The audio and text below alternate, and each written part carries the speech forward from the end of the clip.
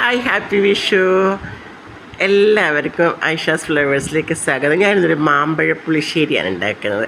അപ്പോൾ ചട്ടിയിലേക്ക് ഞാൻ 7 മാമ്പഴം ഇട്ട് കുറച്ച് വെള്ളം ഒഴിച്ചങ്ങാണ്ട് മാമ്പഴം നല്ലോണം വേവിക്കാൻ വെച്ചു. അതിൻ്റെ വെള്ളം വറ്റാനായപ്പോൾ ഞാൻ 2 ചെറിയ കഷ്ണം ശർക്കര ഇട്ട് ഈ ശർക്കരയിൽ കല്ലില്ലാത്തത് എപ്പോഴും ഞാൻ യൂസ് ചെയ്ത് പരിചയമുള്ളത് കൊണ്ടാണ് അങ്ങനെ ഇട്ടത്. അപ്പോൾ എപ്പോഴും ഞാൻ അരിക്കുമ്പോൾ കല്ലുണ്ടാകാറില്ല, അതുകൊണ്ടാണ് ഞാൻ അങ്ങനെ ഇട്ടത് കേട്ടോ. എന്നിട്ട് അതിലേക്ക് കുറച്ച് നെയ്യ് ഇട്ടു കേട്ടോ. നെയ്യ് ഇട്ടതിന് ശേഷം നന്നാക്കി ഇളക്കി കൊടുക്കുക. എന്നിട്ട് നമ്മൾ ആ ശർക്കരയുടെ അച്ചും ഈ നെയ്യിനകത്ത് കിടന്ന് ഇതൊന്ന് ഇങ്ങോട്ട് കുറുകി വരണം കേട്ടോ. കുറുകി വന്നതിന് ശേഷം തേങ്ങയും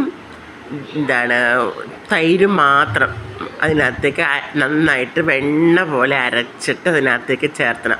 വേറെ ഒന്നും ചേർത്തരുതേ. ഇഞ്ചി, വെളുത്തുള്ളി, ഉള്ളി, ജീരകം ഒന്നും പാടില്ല കേട്ടോ. പച്ചമുളകും ഒന്നും പാടില്ല. അല്ലാതെ ഇങ്ങനെ വെറും തേങ്ങയും പുളിയില്ലാത്ത തൈര് ഒഴിച്ചിതാക്കിയതിന് ശേഷം പിന്നെ അടുപ്പിൽ ചട്ടി വെച്ച് വെളിച്ചെണ്ണ ഒഴിച്ച് നെയ്യ് ഒഴിച്ചും, നെയ്യ് ഉരുകിയത് ഞാൻ കാണിക്കാൻ മറന്നുപോയിട്ടോ. നെയ്യ് ഒഴിച്ചതിന് ശേഷം കടുക് പൊട്ടിച്ച് കുറച്ച് ഉലുവയിട്ട് ഉലുവയിട്ട് ഉണക്കമുളകിട്ട് കറിവേപ്പില ഇട്ടിട്ട് താളിച്ച് ഇതിനകത്തേക്ക് ഒഴിക്കുക. ഈ മാമ്പഴ പുളിശ്ശേരി ഭയങ്കര ടേസ്റ്റായിരുന്നു കേട്ടോ. അതിന് ശേഷം ഞാൻ ഒരു അവിയലും കൂടി ഉണ്ടാക്കി. അവിയലിൻ്റെ കഷ്ണങ്ങളാണത് കുമ്പളങ്ങ, പടവലങ്ങ, വാഴക്ക, മാങ്ങ, മുരിങ്ങക്കായ, ക്യാരറ്റ്, ബീൻസ് ഇത്രയും ഞാൻ ഇതിനകത്തേക്ക് ആദ്യം വേവിക്കാനിട്ട് കേട്ടോ.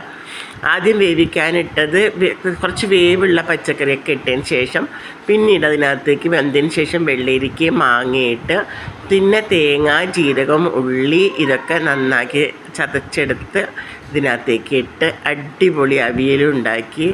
Okay, thanks of watching.